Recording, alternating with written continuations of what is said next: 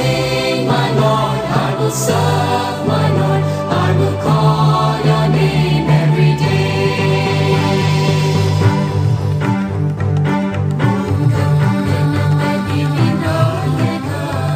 Buddha, Jesus, Allah, Allah, Guru Nanak, Mahavira, Om Shri Bhagavan Sai Nata.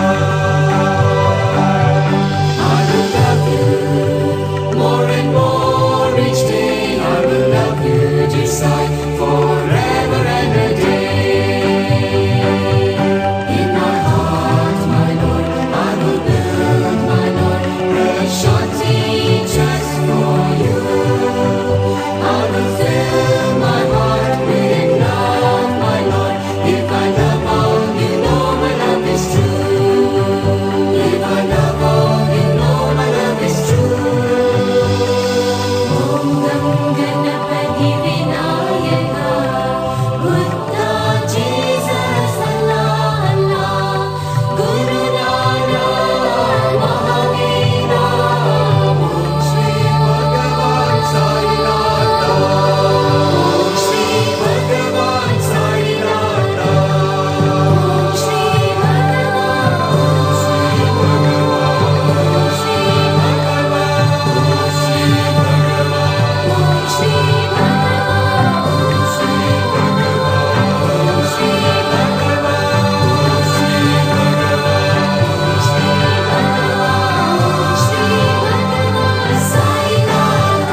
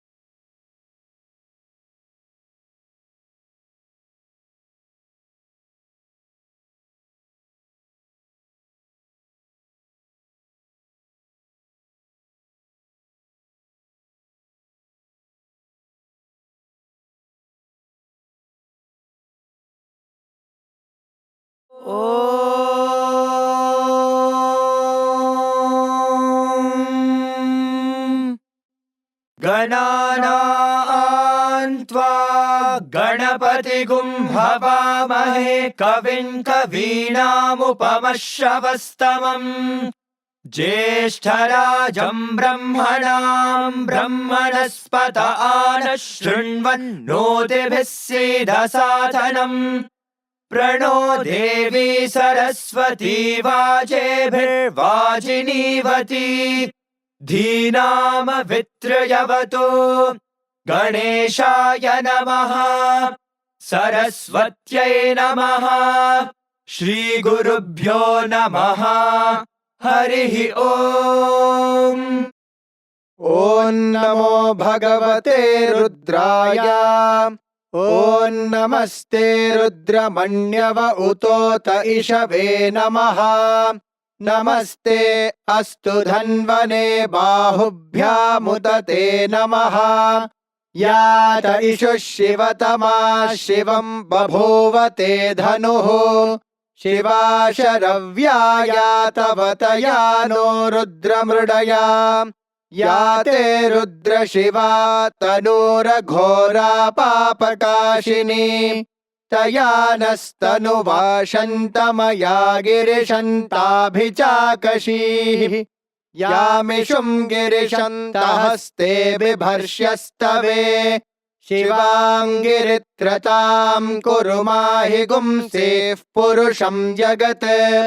शिवेन वचसा त्वा गिरिशाच्छावदामसि। यथा नः सर्वमिज्जगदयक्ष्मगुं सुमना असत्। अध्यवोचदधिवक्ता प्रथमो दैव्योऽभिषक्। अहेगश्च सर्वाञ्जम्भयन् सर्वाश्च यातु धान्यः। असौ यस्ताम्रो अरुण उत बभ्रुः सुमङ्गलः ये चेमागुं रुद्रा अभितो दिक्षु श्रिता सहस्रशो वैशागुं हेडयेमहे असव्यो वसर्पति नीलग्रीवो विलोहितः उतैनं गोपा अदृशन्नदृशन्नुदहार्यः उतैनं विश्वा भूतानि सदृष्टो मृडयाति नः नमो अस्तु नीलग्रीवाय सहस्राक्षाय मीढुषे अथो ये अस्य सत्त्वानो हन्तेभ्यो करन्नमः प्रमुञ्च धन्वनस्त्वमुभयोरात्नियोर्जाम् याश्च ते हस्त इषवः पराता भगवो वप अवतत्यधनुस्त्वगुं सहस्राक्षशते शुधे निशीर्य शल्याणां मुखा शिवो नः सुमना भव विज्यं धनुः कपर्दिनो विशल्यो बाणवागुम् उत अनेशन्नस्येषव आभुरस्य निषङ्गतिः याते हेतुर्मीढुष्टमहस्ते बभूव ते धनुः तयास्मान् विश्वतस्त्वमयक्ष्मया परिभुजा नमस्ते अस्त्वायुधाय नातताय धृष्णवे उभाभ्यामुत ते नमो बाहुभ्यां तव धन्वने परिते धन्वनो हेतिरस्मान् वृणत्तु विश्वतः अथो य इषुधिस्तवारे अस्मन्निधेहितम् नमस्ते अस्तु भगवन् विश्वेश्वराय महादेवाय त्रयम्बकाय त्रिपुरान्तकाय त्रिकाग्निकालाय कालाग्निरुद्राय नीलकण्ठाय मृत्युञ्जयाय सर्वेश्वराय सदाशिवाय श्रीमन्महादेवाय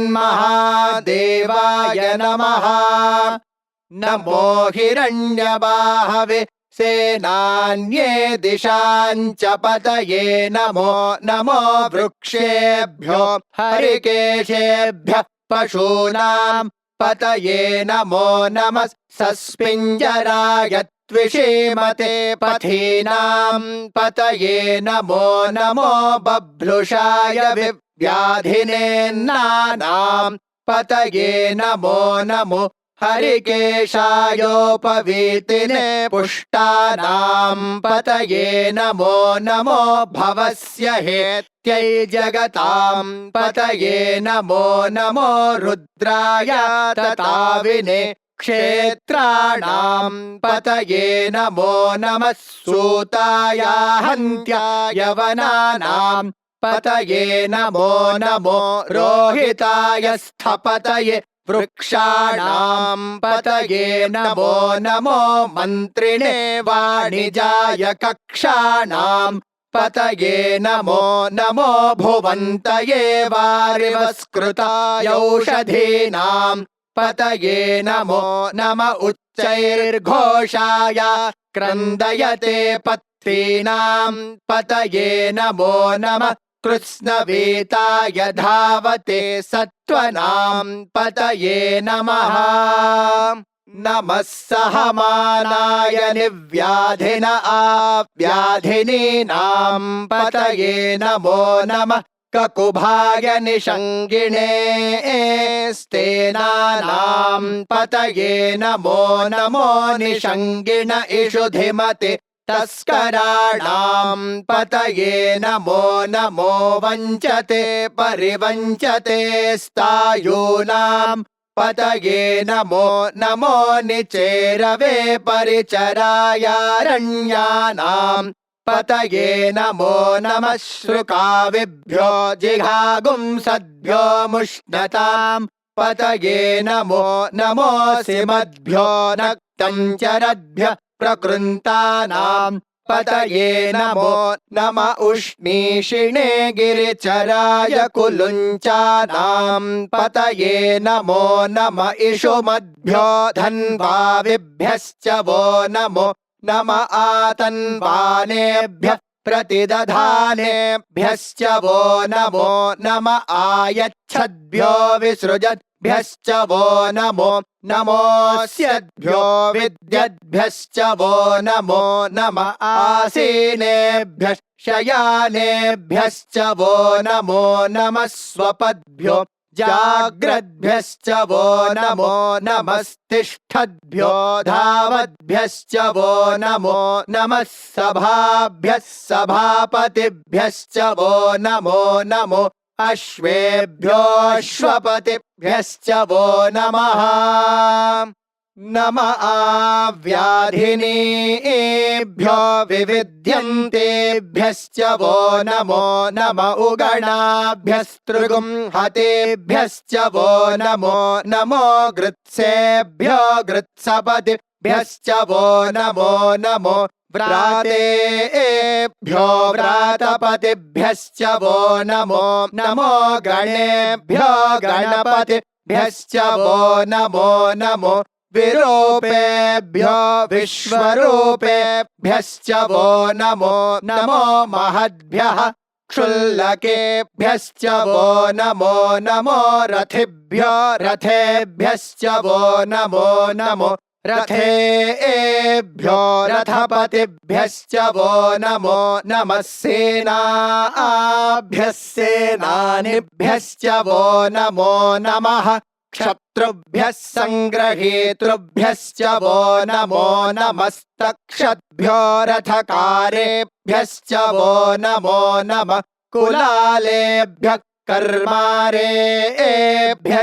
वो नमो नमः पुञ्जिष्टेभ्यो निषादेभ्यश्च वो नमो नम इषुकृद्भ्यो धन्वकृद्भ्यश्च वो नमो नमो मृगयुभ्यश्वनिभ्यश्च वो नमो नमः श्वभ्यश्वपतिभ्यश्च वो नमः नमो भवाय च रुद्राय च नमः शर्वाय च पशुपतये च नमो नीलग्रीवाय च शितिकण्ठाय च नमः कपर्दिने च व्युप्तकेशाय च नमः सहस्राक्षाय च शतधन्वने च नमो गिरिशाय च शिपिविष्टाय च नमो मेढुष्टमाय चेषुमते च नमो ह्रस्वाय च वामनाय च नमो बृहते च वर्षीयसे च नमो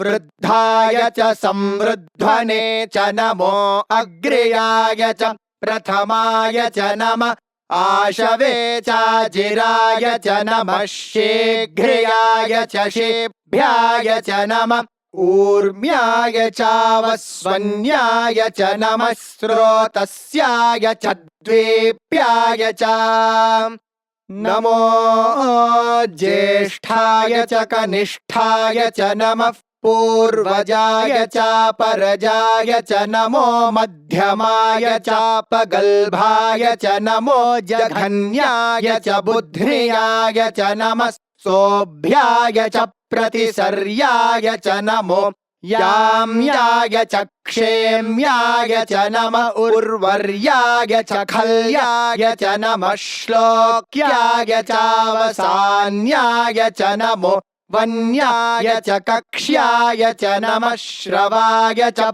प्रतिश्रवाय च नमः आशुषेणाय चाशुरथाय च नमः शूराय चावबिन्दते च नमो वर्मिणे च वरूथिने च नमो बिल्मिने च कवचिने च नमः श्रुताय च श्रुतसेनाय च नमो दुन्दुभ्याय च हनन्याय च नमो धृष्णवे च प्रमृषाय च नमो दूताय च प्रहिताय च नमो निषङ्गिणे चेषुधिमते च नमस्तीक्ष्णेशवे चायुधिने च नमः स्वायुधाय च सुधन्वने च नमः श्रुत्याय च पथ्याय च नमः काट्याय च नीप्याय च नमः सोद्याय च सरस्याय च नमो नाद्याय च वैशन्ताय च नमः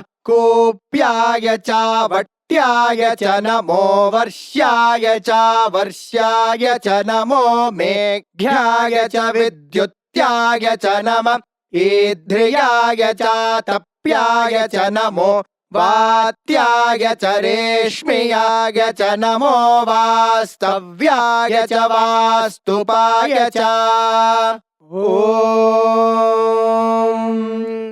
हर हर हर हर ॐ नमः सोमाय च रुद्राय च नमस्ताम्राय च रुणाय च नमः शङ्गाय च पशुपतये च नम उग्राय च भीमाय च नमो अग्रे वधाय च दूरे वधाय च नमो हन्त्रे च हनीयसे च नमो वृक्षेभ्यो हरिकेशेभ्यो नमस्ताराय नमः शम्भवे च मयो भवे च नमः शङ्कराय च मयस्कराय च नमः शिवाय च शिवतराय च नमस्तीर्थ्याय च कूल्याय च नमः पार्याय च वार्याय च नमः प्रतरणाय चोत्तरणाय च नमः आतार्याय च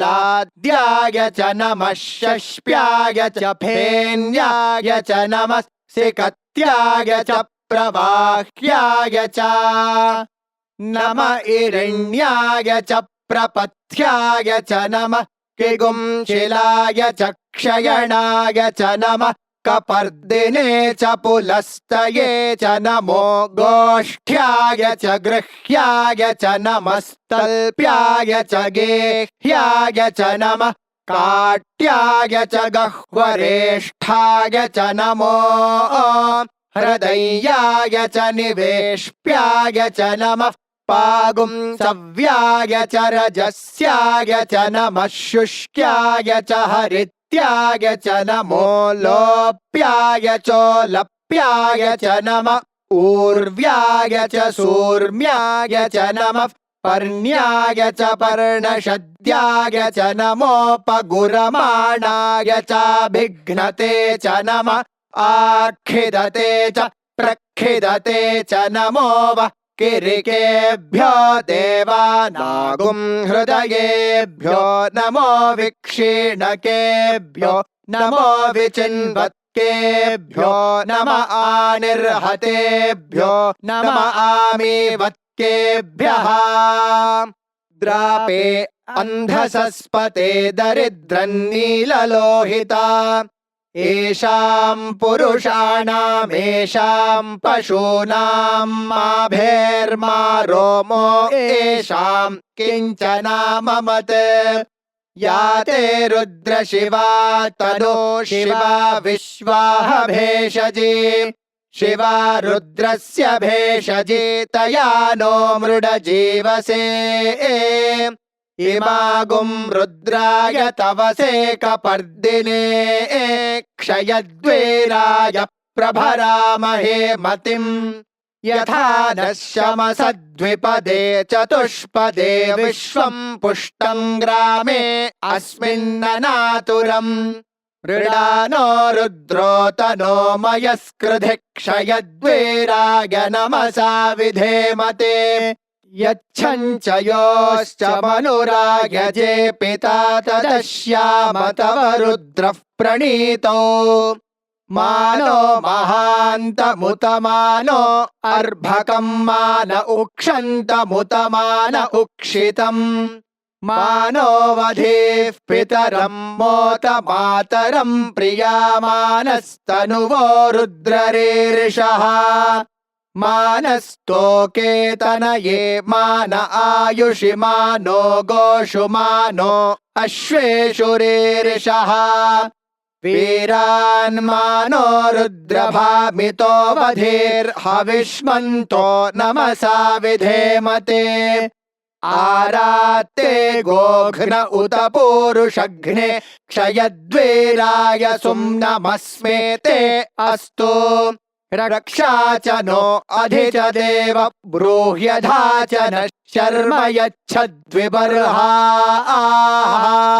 तु हि श्रुतं गर्त सदंयुवानं मृगन्न भीममुपहक्तृमुग्रम् मृडाचरित्रे रुद्रस्तवानो अन्यन्ते अस्मन्निवपन्तु सेनाः परिणो रुद्रस्य हेतर्वृणत्तु परित्वेषस्य दुर्मतिरघायोः अवस्थिरा मघवद्भ्यस्तनुष्वमेढ्वस्तोकायतनयाय मृडया मेढुष्टमशिवतमशिवो नः सुमना भवा परमे वृक्ष आयुधन् निधाय कृत्तिं वसान आचर पिनाकं बिभ्रदागहे विकिरितविलोहित नमस्ते अस्तु भगवः यास्ते सहस्रगुं हेतयोऽन्यमस्मन्निवपन्तु ताः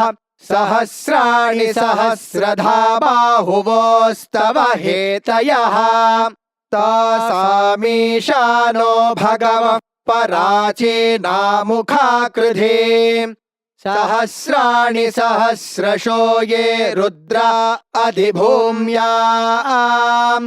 तेषागुं सहस्रयोजने वधन्वानि तन्मसे अस्मिन्महत्यर्णवेऽन्तरिक्षे भवा अधि नीलग्रीवा शितिकण्ठा शर्वा अधः क्षमाचराः नीलग्रीवा शितिकण्ठा दिवगुं रुद्रा उपश्रिताः ये वृक्षेषु सस्पिञ्जरा नीलग्रीवा विलोहिताः ये भूतानामधिपतयो विशिखासः कपर्दिनः ये अन्येषु विविध्यन्ति पात्रेषु पिबतो जनान् ये पथां पथि रक्षय ऐलभृदायव्युधः ये तीर्थानि प्रचरन्ति श्रुकावन्तो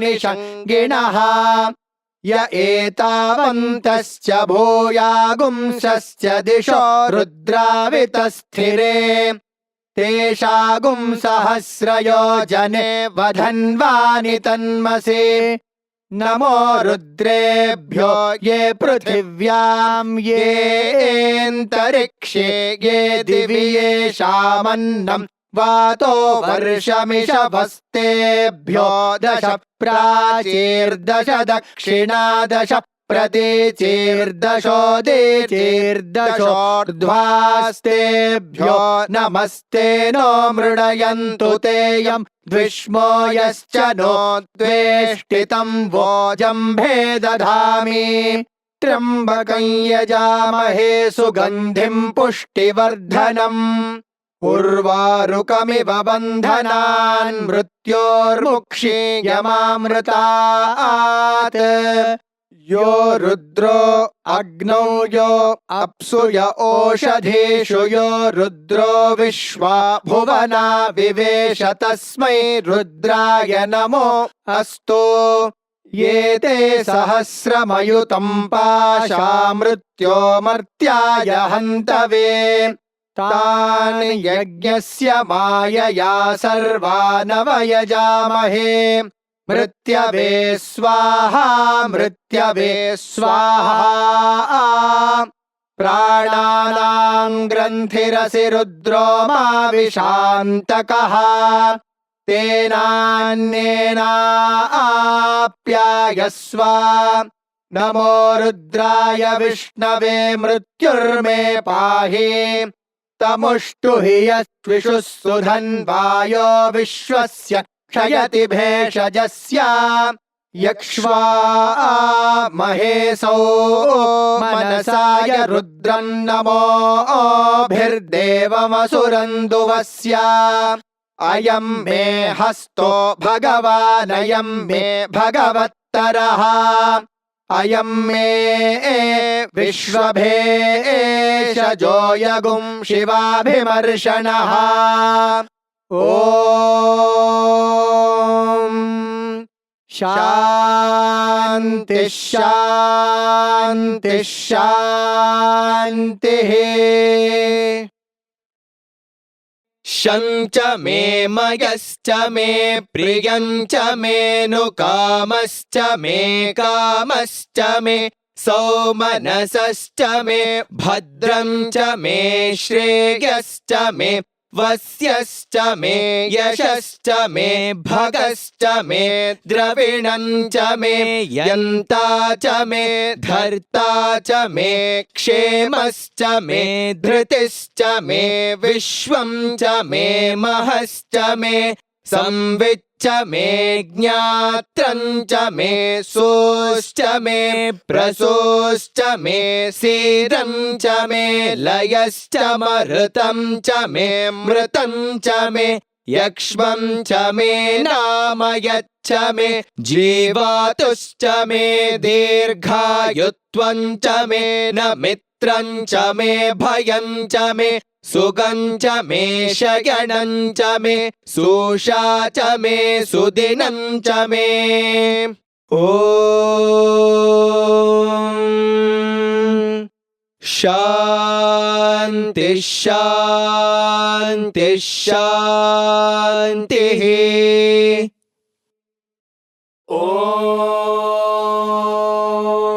ॐ स्वस्ति प्रजाभ्यः परिपालयन्तां न्यायेन मार्गेण महीमहीषाः गोब्राह्मणेभ्यः शुभमस्तु नित्यम् समस्तलोकाः सुखिनो भवन्तु समस्तलोकाः सुखिनो भवन्तु समस्तलोकाः सुखिनो भवन्तु ॐ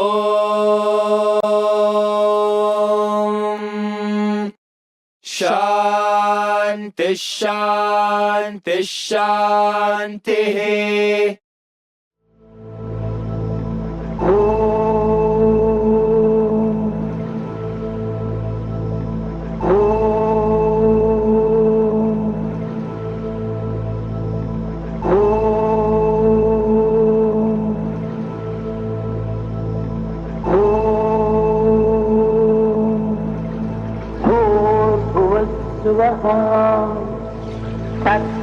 तत्सवितुर्वरेण्यं भर्गो देवस्य धीमहि धियो यो नः प्रचोदयात्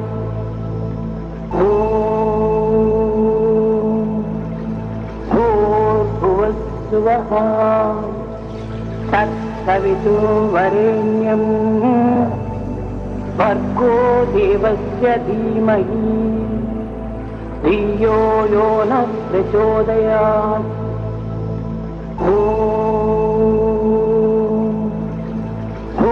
भूर्भुवस्सुवः तत्सवितुर्वरेण्यं भर्गो देवस्य धीमहि धियो यो नः प्रचोदयात्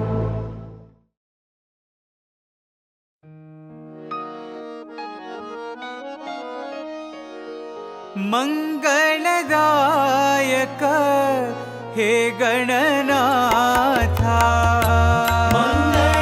मंगलदायक हे गणनाथ मंगलदायक हे गणनाथ मंगलदायक हे गणनाथ प्रणव स्वरूपा विघ्न विनाशा प्रणव स्वरूपा विघ्न विनाशा प्रणव स्वरूपा विघ्न विनाशा प्रणव स्वरूपा विघ्न विनाशा हे शिवनंदन पाहि दयाला हे शिवनंदन पाहि दयाला हे शिवनंदन पाहि दयाला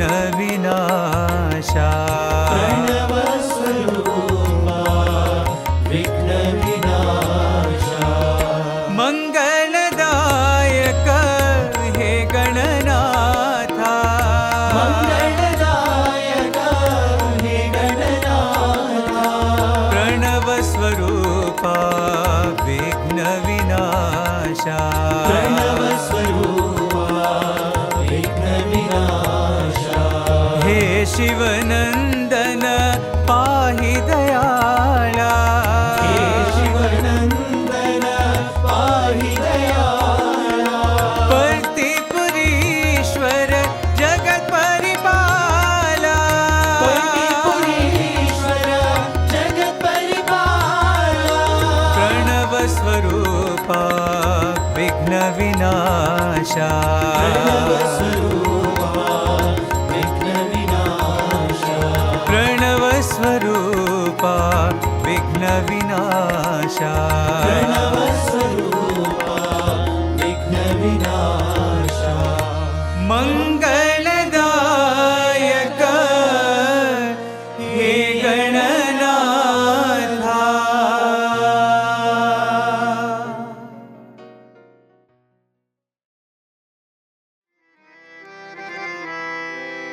प्रेम ईश्वर है, ईश्वर प्रेम है। प्रेम ईश्वर है, ईश्वर प्रेम है। प्रेम ईश्वर है, ईश्वर प्रेम है। प्रेम ईश्वर है, ईश्वर प्रेम है। हर धड़कन में साई समा है, ईश्वर प्रेम है। हर धड़कन में साई समा है, ईश्वर प्रेम है। हर धड़कन में साई समा है, ईश्वर प्रेम है। हर धड़कन में साई समा है, ईश्वर प्रेम है।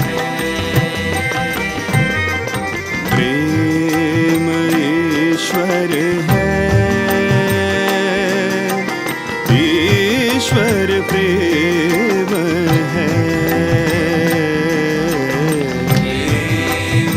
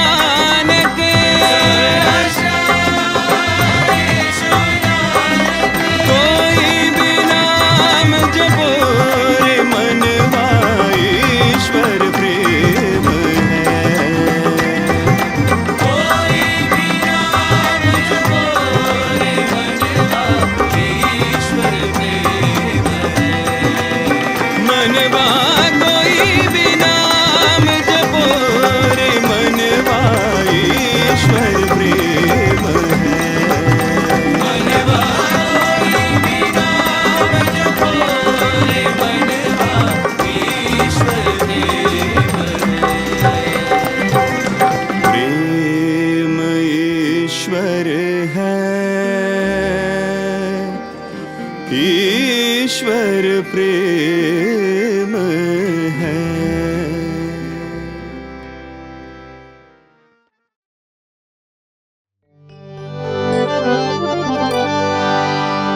अम्ब शङ्करि परमेश्वरि शशिशेखरि अम्बा। अम्ब शङ्करि परमेश्वरि शशिशेखरि अम्बा। अम्ब शङ्करि परमेश्वरि शशिशेखरि अम्बा। अम्ब शङ्करि परमेश्वरि शशिशेखरि अम्बा। सर्वेश्वरि जगदीश्वरि माहेश्वरि अम्बा। सर्वेश्वरि जगदीश्वरि माहेश्वरि अम्बा। सर्वेश्वरि जगदीश्वरि माहेश्वरि अम्बा। सर्वेश्वरि जगदीश्वरि माहेश्वरि अम्बा। अम्ब सुन्दरि गुणमञ्जरि शिवशङ्करि अम्बा। अम्ब सुन्दरि गुणमञ्जरि शिवशङ्करि अम्बा। अम्ब सुन्दरि गुणमञ्जरि शिवशङ्करि अम्बा। अम्ब सुन्दरि गुणमञ्जरि शिवशङ्करि अम्बा। कादम्बरि श्वेताम्बरि हरिसोदरि अम्बा। कादम्बरि श्वेताम्बरि हरिसोदरि अम्बा। कादम्बरि श्वेताम्बरि हरिसोदरि अम्बा। कादम्बरि श्वेताम्बरि हरिसोदरि अम्बा। अम्ब शङ्करि परमेश्वरि शशिशेखरि अम्बा। अम्ब शङ्करि परमेश्वरि शशिशेखरि अम्बा। सर्वेश्वरि जगदीश्वरि माहेश्वरि अम्बा। सर्वेश्वरि जगदीश्वरि माहेश्वरि अम्बा। अम्ब सुन्दरि गुणमञ्जरि शिवशङ्करि अम्बा। अम्ब सुन्दरि गुणमञ्जरि शिवशङ्करि अम्बा। कादम्बरि श्वेताम्बरि हरिसोदरि अम्बा। कादम्बरि श्वेताम्बरि हरिसोदरि अम्बा। कादम्बरि श्वेताम्बरि हरिसोदरि अम्बा। कादम्बरि श्वेताम्बरि हरिसोदरि अम्बा। अम्ब शङ्करि परमेश्वरि शशिशेखरि अम्बा।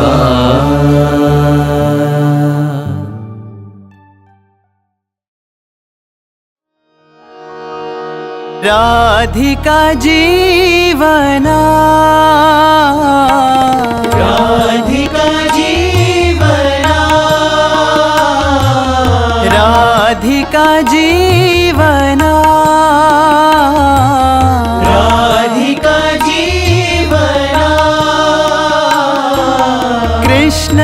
जनार्दना कृष्ण जनार्दना कृष्ण जनार्दना कृष्ण जनार्दना राधे गोविंदा राधे गोपाला राधे गोविंदा राधे गोपाला राधे गोविंदा राधे गोपाला राधे गोविंदा राधे गोपाला देवकी नंदना देवकी नंदना देवकी नंदना देवकी नंदना नंद नंदना हे गोपिका रंजना नंदना हे गोपिका रंजना नंद नंदना हे गोपिका रंजना नंदना हे गोपिका रंजना मुरली मोहना मुरली मोहना मुरली मोहना मुरली मोहना श्री मधुसूदना श्री मधुसूदना कृष्ण कृष्ण श्री मधुसूदना कृष्ण कृष्ण श्री मधुसूदना राधिका जीवना राधिका जीवना कृष्ण जनार्दना कृष्ण जनार्दना राधे गोविंदा राधे गोपाला राधे गोविंदा राधे गोपाला देवकी नंदना देवकी नंदना नंद नंदना हे गोपिका रंजना नंदना हे गोपिका रंजना मुरली मोहना मुरली मोहना श्री मधुसूदना श्री मधुसूदना कृष्ण कृष्ण श्री मधुसूदना कृष्ण कृष्ण श्री मधुसूदना राधिका जीवना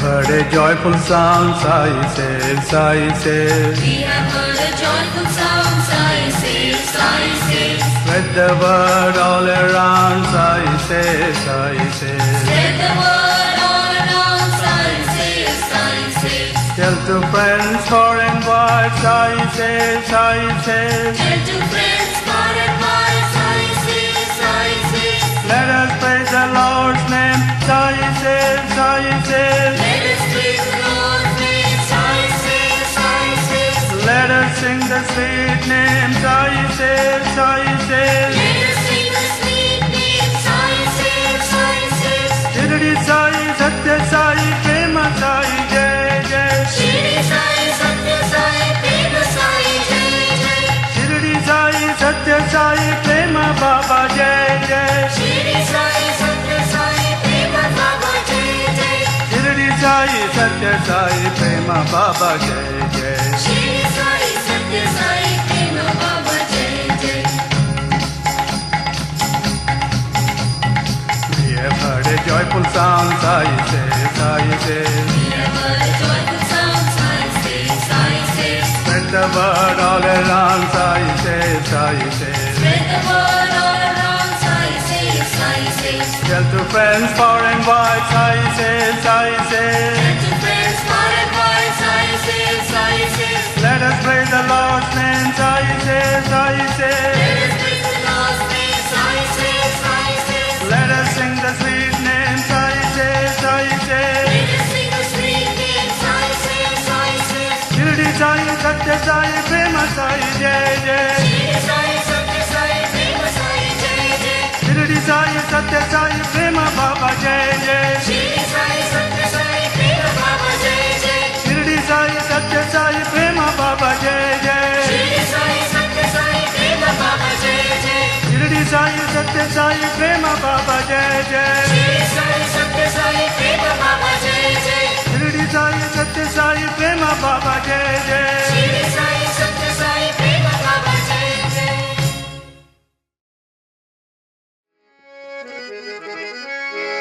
मंदर गिरिधर मदन मनोहर मंदर गिरिधर मदन मनोहर मंदर गिरिधर मदन मनोहर मंदर गिरिधर मदन मनोहर मीरा के प्रभु गिरिधर नागर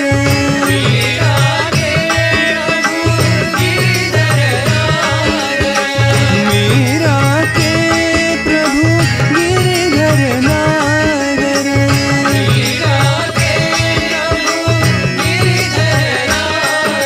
गिरिधारी गिरिधारी गोवर्धन धर गिरिधारी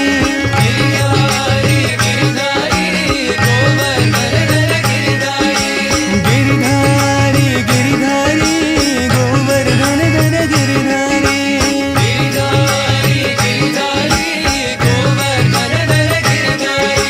गिरिधारी गिरिधारी गोवर्धन धर गिरिधारी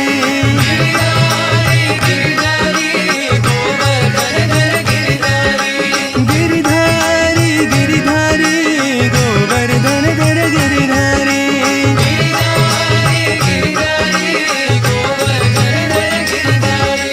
माधवा मधुसूदना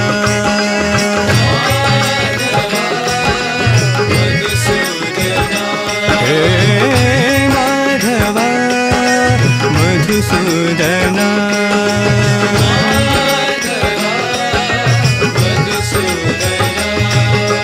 मुरली गान विलोला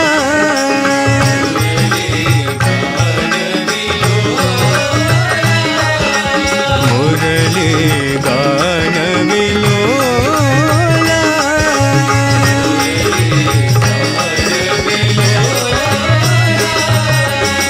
मंदर गिरिधर मदन मनोहर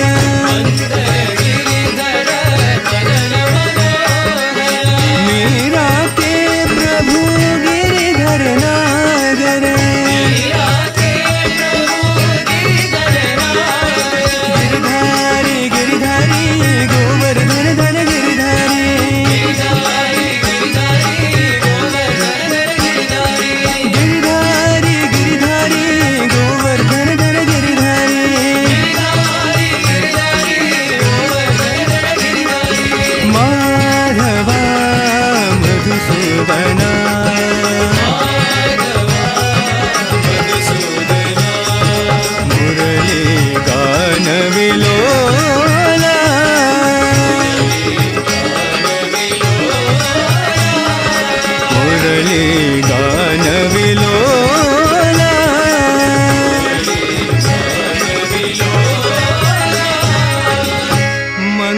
सुंदर गिरिधर मदन मनोहर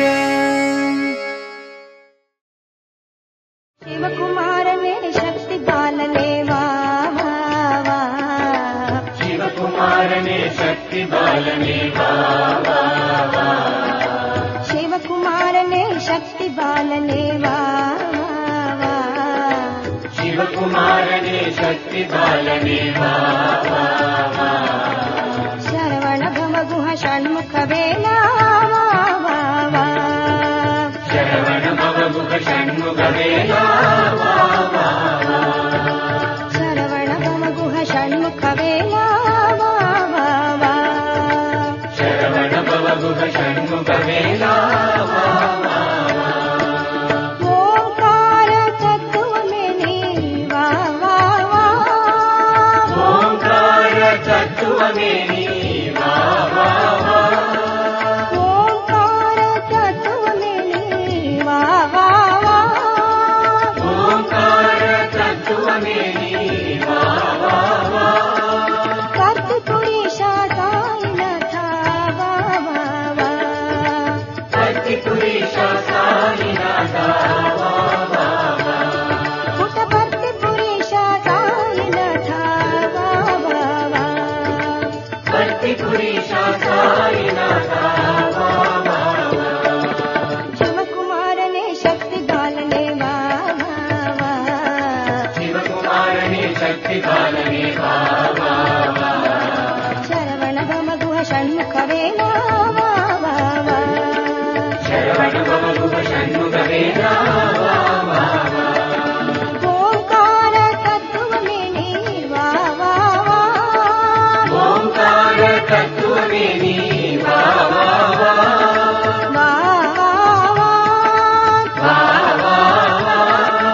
ओंकार तत्व में नीवा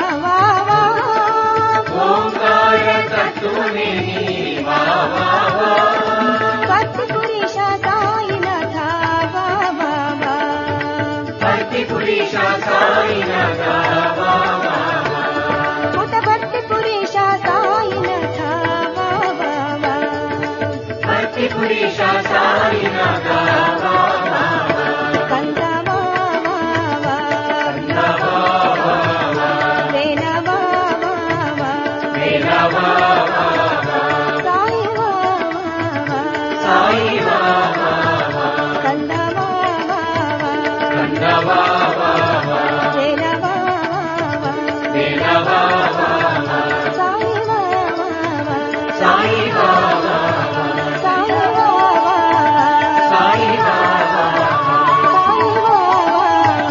साई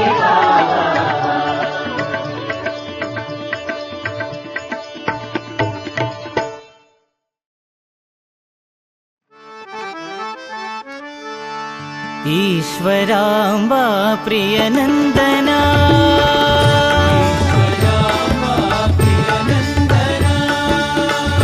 ईश्वराम्बा प्रियनन्दना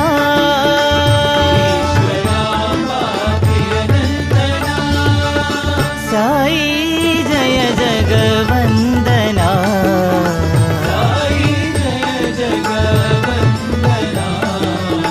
साई जय जगवन्दना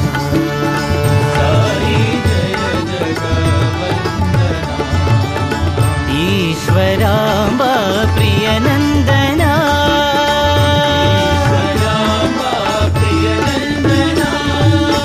रत्नाकर कुलभूषणा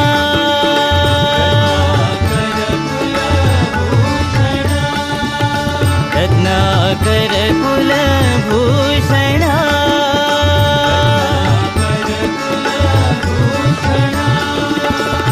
राजीवनयना नारायण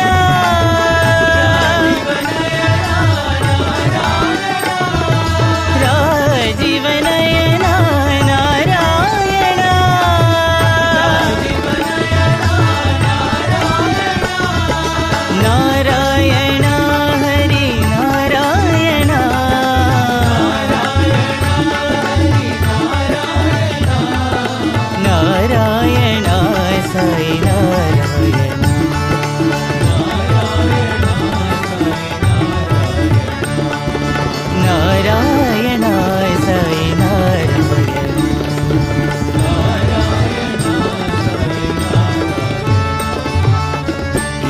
ईश्वराम्बा प्रियनन्दना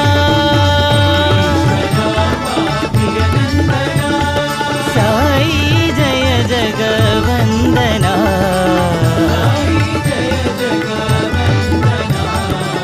साई जय जगवन्दना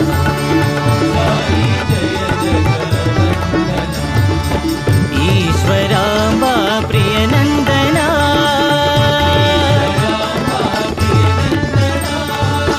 रत्नाकर कुलभूषणा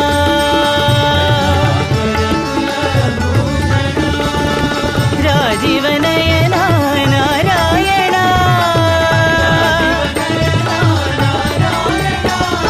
नारायणा हरि नारायणा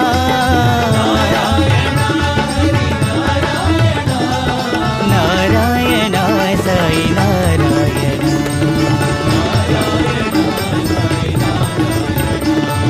नारायण साई नारायण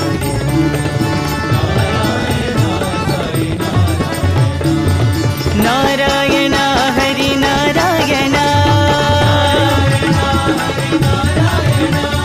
नारायण हरि नारायण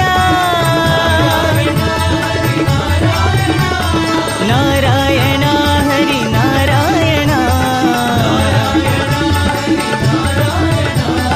नारायण साई नारायण नारायण साई नारायण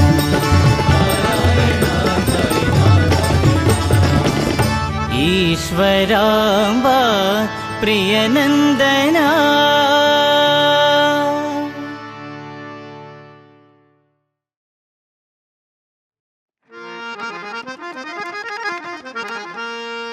शिव शिव शिव शिव शिरडिपुरीश्वर शंभो शंकर सांब शिवो शिव शिव शिव शिव शिरडिपुरीश्वर शंभो शंकर सांब शिवो शिव शिव शिव शिव शिरडिपुरीश्वर शंभो शंकर सांब शिवो शिव शिव शिव शिव शिरडिपुरीश्वर शंभो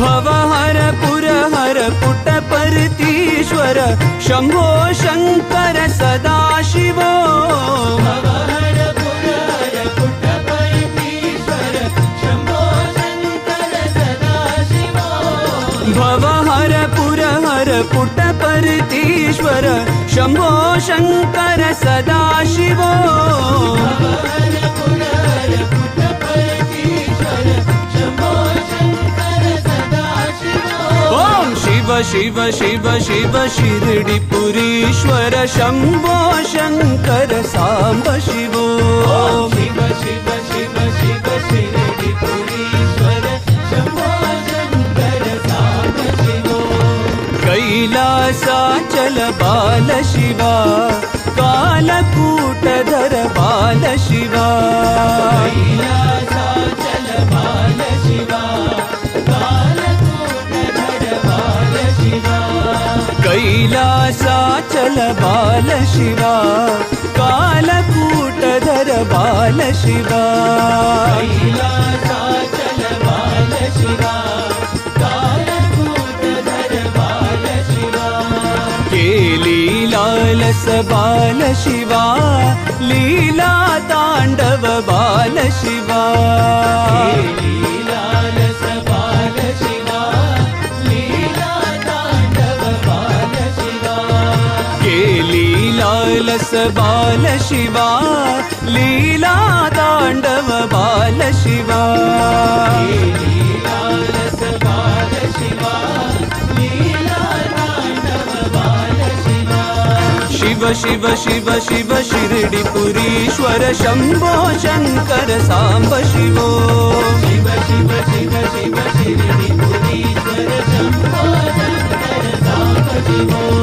भवहर पुरहर पुटपर्तीश्वर शंभो शंकर सदाशिवो भवहर पुरहर पुटपर्तीश्वर शंभो शंकर सदाशिवो ओम शिव शिव शिव शिव शिव शिरडिपुरीश्वर शंभो शंकर सांब शिवो शिव शिव शिव शिव शिरडिपुरीश्वर शंभो शंकर सांब शिवो कैलासाचल बाल शिवा कालकूटधर बाल शिवा कैलासाचल बाल शिवा कालकूटधर बाल शिवा केली लालस बाल शिवा लीला तांडव बाल शिवा केली लालस बाल शिवा लीला तांडव बाल शिवा केली लालस बाल शिवा लीला तांडव बाल शिवा केली लालस बाल शिवा लीला तांडव बाल शिवा शिव शिव शिव शिव शिरडिपुरीश्वर शंभो शंकर सांब शिवो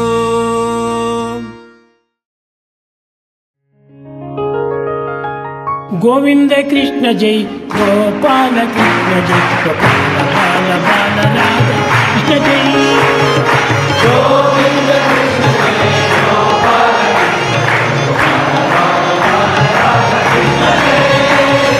गोविंद कृष्ण जय गोपाल कृष्ण जय गोपाल बाल बाल राधा कृष्ण जय गोविंद कृष्ण जय गोपाल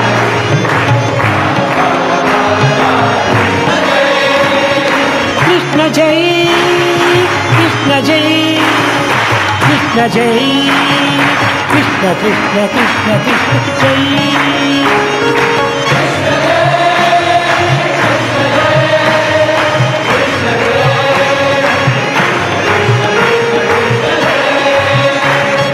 कृष्ण जय कृष्ण जय कृष्ण जय कृष्ण कृष्ण कृष्ण कृष्ण जय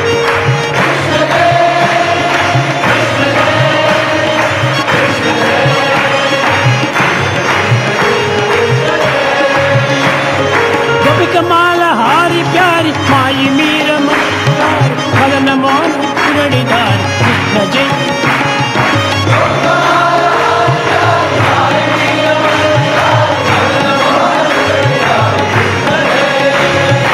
गोपिकमाला हारी प्यारी माई मीर मन विहार मदन मोहन मुरलीधर कृष्ण जय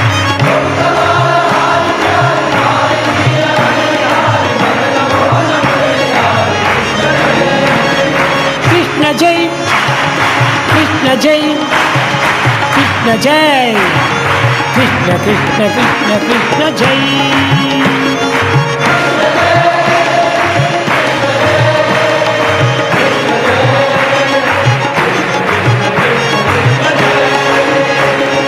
कृष्ण जय राम कृष्ण जय राधा कृष्ण जय बाला कृष्ण कृष्ण कृष्ण कृष्ण जय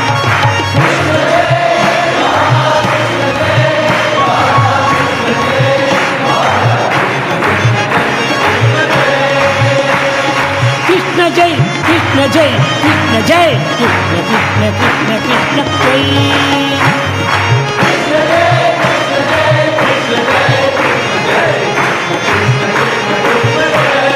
गोविंद कृष्ण जय गोपाल कृष्ण जय गोपाल बाल बाल कृष्ण जय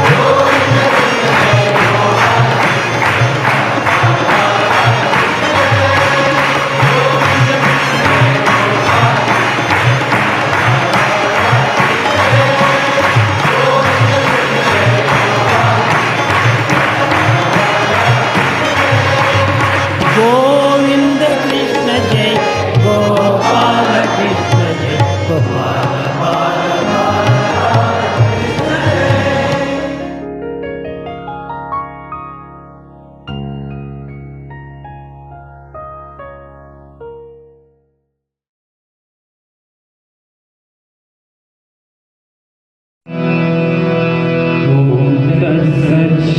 श्रीनारायण तु पुरुषोत्तम गुरु तो सिंह तो कंठ विनायक सविता सविता पावक तू सविता पावक तू ब्रह्मवत तू योगशक्ति तू यशोपिता प्रभु तो रुद्र विष्णु तो राम कृष्ण तो रहे बटाओ तो रहे बटाओ तो वासुदेव गुरु ईश्वरो बधु चिदानंद हरि दो अद्वितीय तो अकाल निर्भय आत्मलिंग शिव दो आत्मलिंग शिव दो आत्मलिंग शिव दो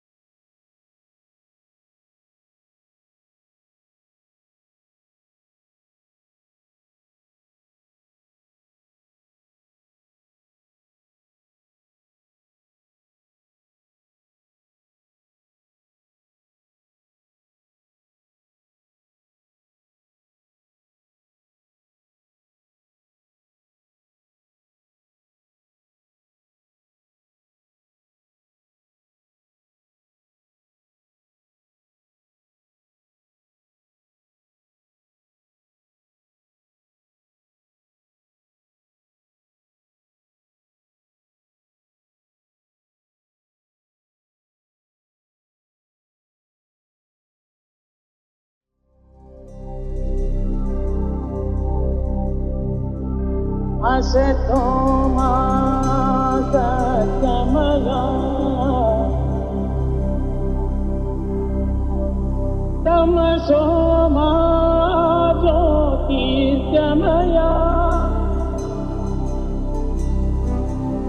मृत्योर्मा अमृतं गमया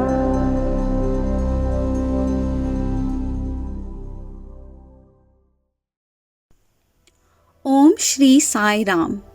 In order to remember Bhagavan's teachings continuously and to become worthy instruments of our Divine Master, every member has to engage in sadhana, a spiritual discipline which has to be merged with his or her day-to-day life, and every member is encouraged to make his or her family as a unit for such sadhana.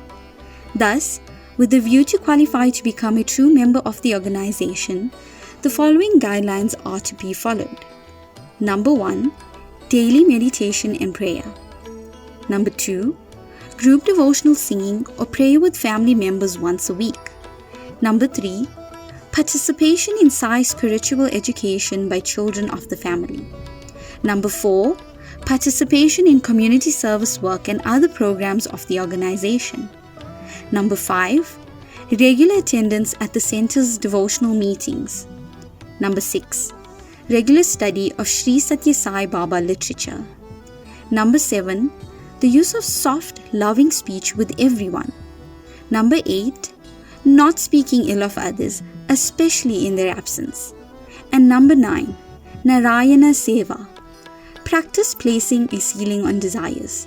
Consciously and continuously strive to eliminate the tendency to waste time, money, food, and energy, and utilize the savings for service to mankind. Jai Sai Ram. I offer my humble pranams at the lotus feet of Bhagavan Sri Sathya Sai Baba and a loving Sai Ram to our brothers, sisters, respected elders and Sai blossoms tuned in tonight. We pray that with Swami's grace, you and your families are healthy, happy and peaceful. Swami's quote for today: whoever does Namasmarana, contemplation on God's name, whatever be the name he takes and wherever he is, his life will be sanctified. The announcements for this week are as follows.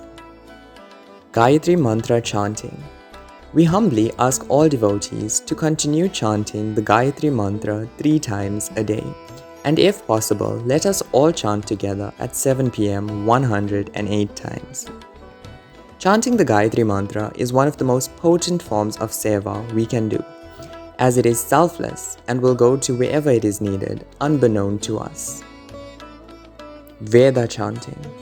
Daily online Veda sessions continue at 5 am in the morning and at 6 pm in the evening. Please do take advantage of this amazing opportunity to learn these sacred texts. Prayers for healing. A WhatsApp group has been created to allow devotees to pray for those in need of healing or upliftment. If you have a family member, a friend, or know of any person who needs prayer, please contact any of the National Devotional Coordinators to post the request on this group. Zonal Study Circle.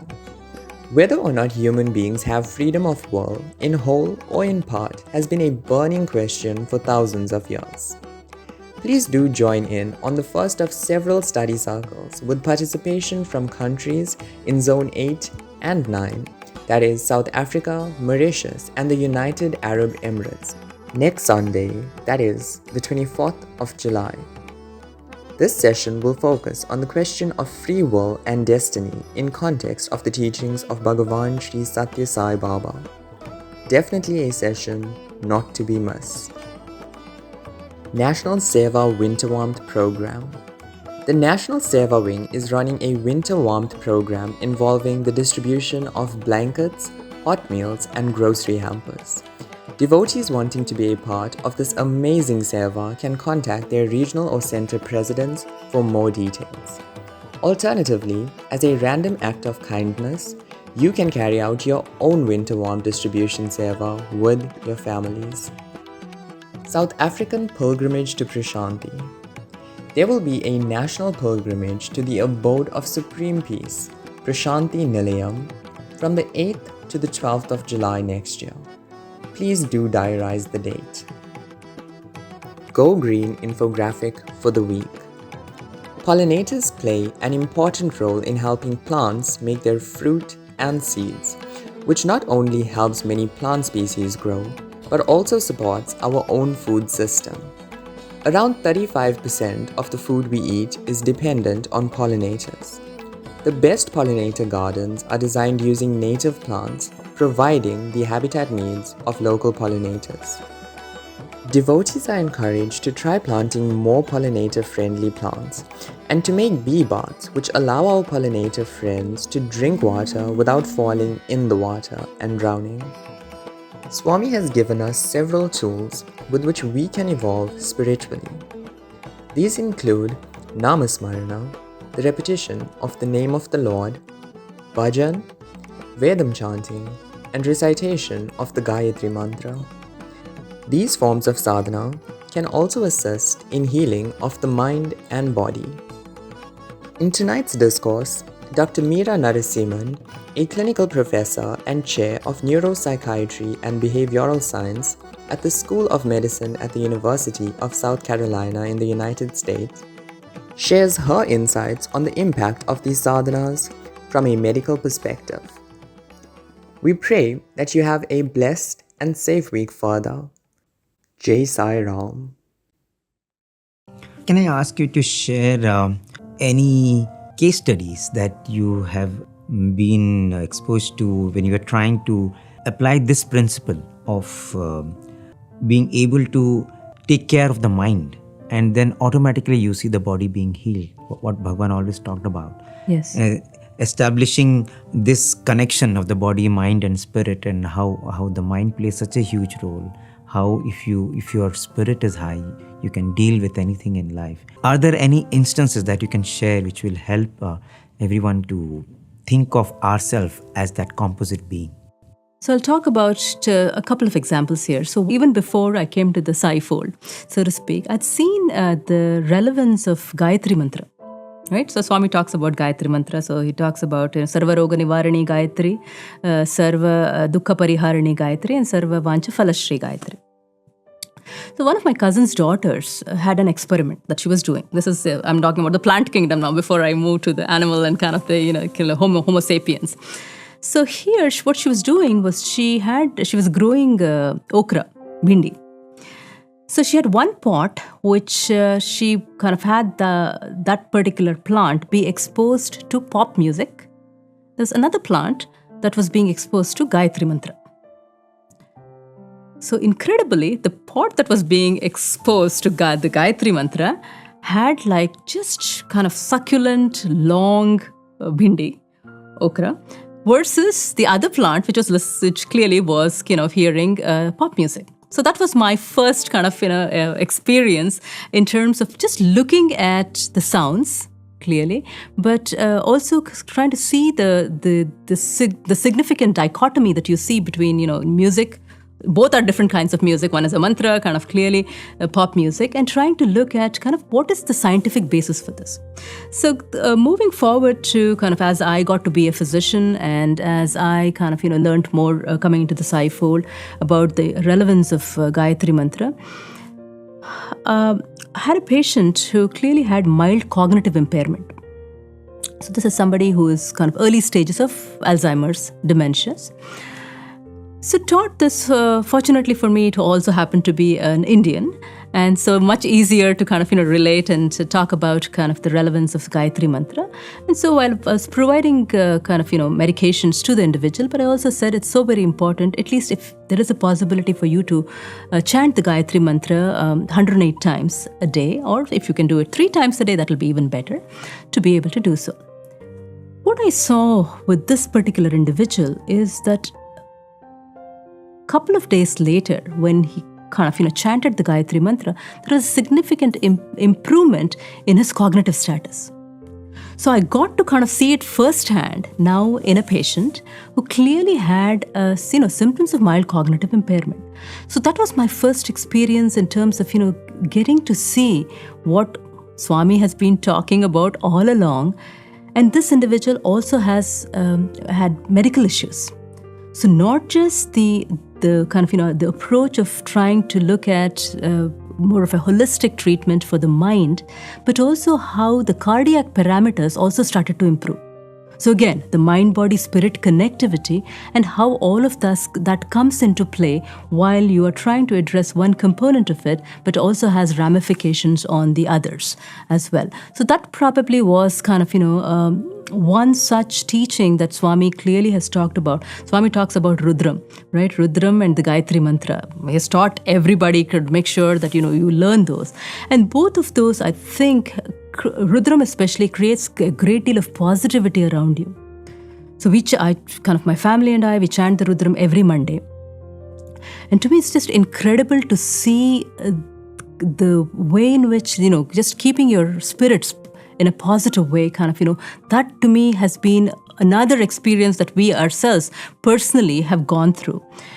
But one of the ways in which, we talked earlier about love, we talked about kind of the Gayatri Mantra, clearly looking at Namasmarana is another.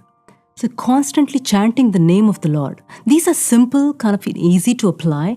So to me, it's like, I can't be teaching our patients that I end up treating things that are more complicated or, something from Sanatana Dharma. It's so very hard to be able to kind of relate to. But things, it could be, no matter what they believe in, which God they believe in, just chanting the name of the Lord. I think that truly proves to be immensely helpful.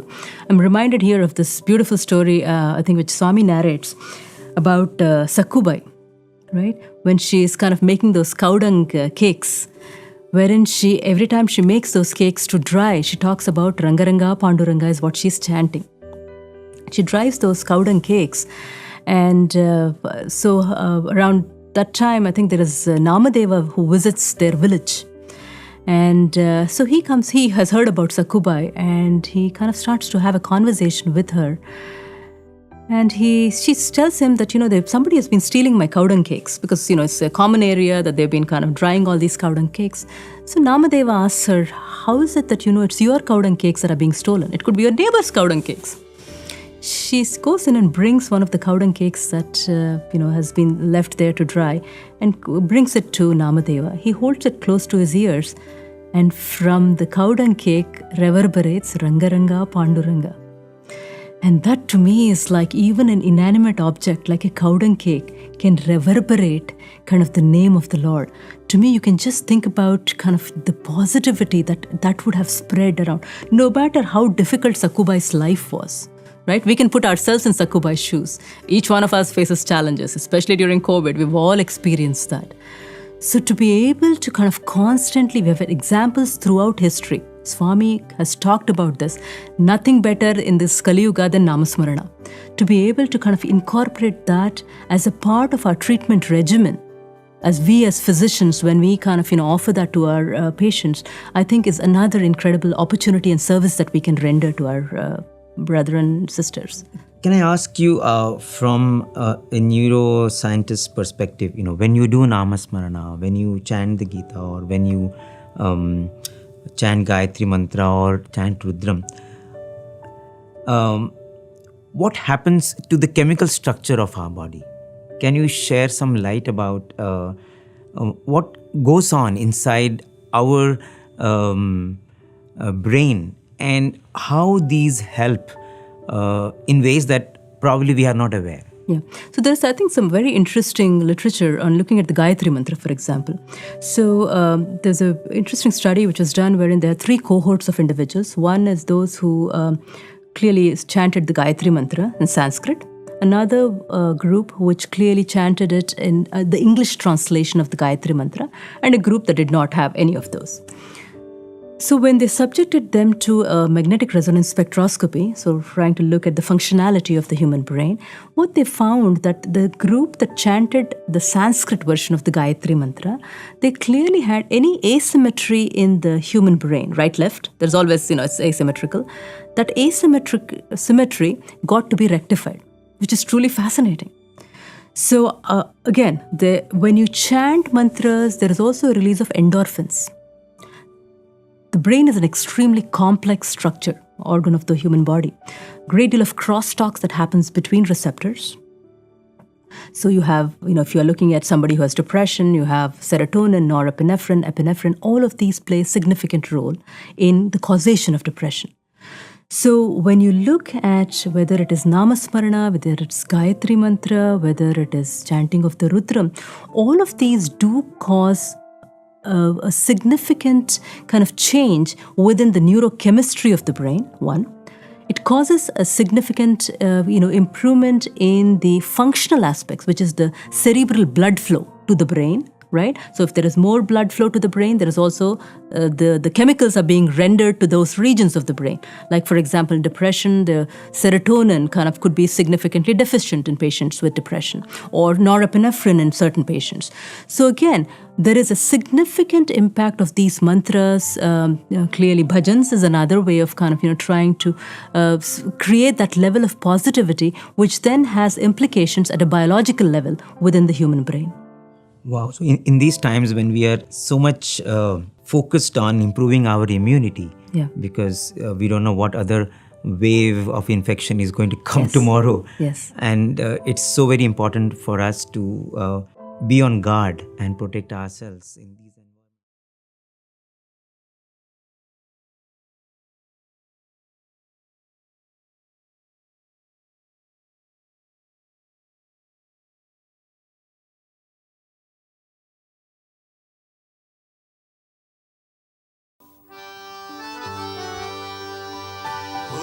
जय जगदीश हरे स्वामी सत्य साई हरे भक्त जना संरक्षक भक्त जना संरक्षक भक्ति महेश्वर ओम जय जगदीश हरे शिवदना श्रीकरा सर्वा प्राणपति स्वामी सर्वा प्राण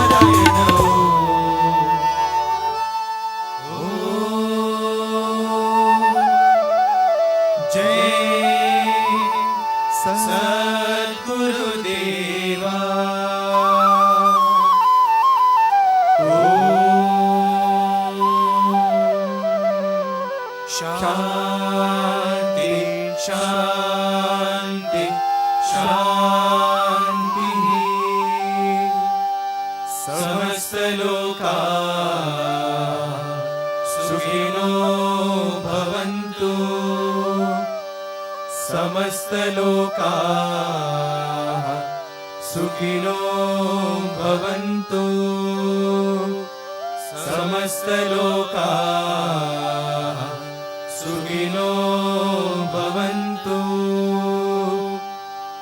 ॐ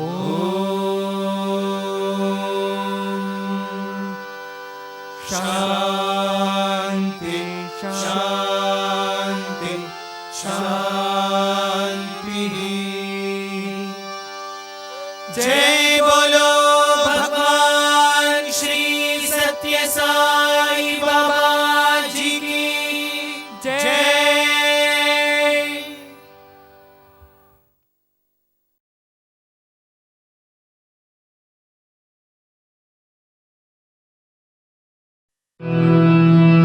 परमं पवित्रं बाबा विभूतिं परमं विचित्रं लीला विभूतिं परमार्थमिष्टार्थं मोक्षप्रदानं बाबा विभूतिं हृदयाश्रयामि परमं पवित्रं बाबा विभूतिं परमं विचित्रं लीला विभूतिं परमार्थमिष्टार्थं मोक्षप्रदानं बाबा विभूतिं हृदयाश्रयामि परमं पवित्रं बाबा विभूतिं परमं विचित्रं लीला विभूतिं परमार्थमिष्टार्थं मोक्षप्रदानं बाबा विभूतिं हृदयाश्रयामि।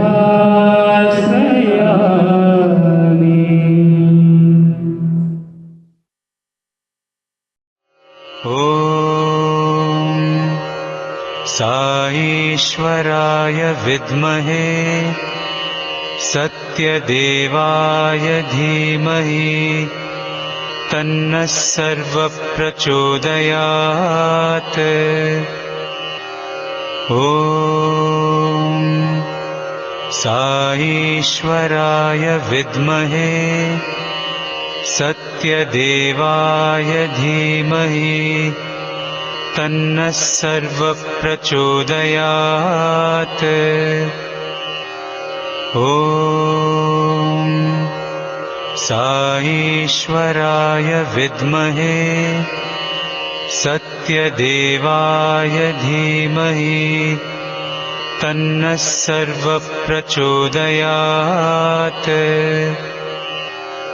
ॐ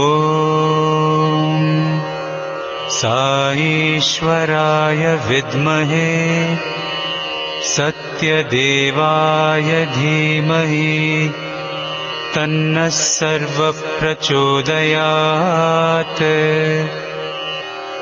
ॐ साईश्वराय विद्महे सत्यदेवाय धीमहि तन्नः सर्वप्रचोदयात्। ॐ साईश्वराय विद्महे सत्यदेवाय धीमहि तन्नः सर्वप्रचोदयात्। ॐ साईश्वराय विद्महे सत्यदेवाय धीमहि तन्नः सर्वप्रचोदयात्। ॐ साईश्वराय विद्महे सत्यदेवाय धीमहि तन्नः सर्वप्रचोदयात्। ॐ साईश्वराय विद्महे सत्यदेवाय धीमहि तन्नः सर्वप्रचोदयात्।